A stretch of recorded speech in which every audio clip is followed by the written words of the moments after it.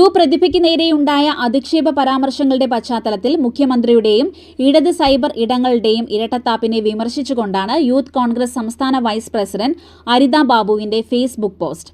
സ്ത്രീത്വം അപമാനിക്കപ്പെടുന്നത് ആർക്കെതിരെയായാലും അത് രാഷ്ട്രീയമല്ല, ക്രൂരതയാണ്. കായംകുളത്തെ UDF തെരഞ്ഞെടുപ്പ് കൺവെൻഷനിൽ വെച്ച് MLAക്കെതിരെ ഉണ്ടായ അധിക്ഷേപകരമായ പരാമർശം അങ്ങേയറ്റം അപലപനീയമാണ്.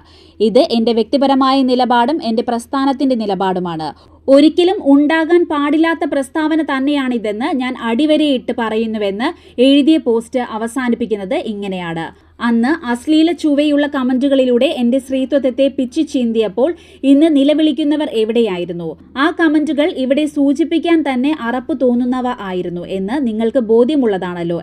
അന്ന് എനിക്കെതിരെ നടന്ന ഈ ക്രൂരമായ സൈബർ ആക്രമണങ്ങൾക്കെതിരെ മുഖ്യമന്ത്രിക്ക് നേരിട്ട് പരാതി നൽകിയ വ്യക്തിയാണ് ഞാൻ. എന്നാൽ അന്ന് ആ പരാതിക്ക് മേൽ മൗനം പാലിച്ച മുഖ്യമന്ത്രിയാണ് ഇന്ന് ഫേസ്ബുക്കിൽ സ്ത്രീത്വത്തെക്കുറിച്ച് വാചാലനാകുന്നത്. അന്ന് എന്നെ വേട്ടയാടിയവർ ഇന്ന് MLAക്ക് വേണ്ടി വാദിക്കുമ്പോൾ അതിലെ കാപട്യം ജനം തിരിച്ചറിയണം. CD Net news, Kayamkulam.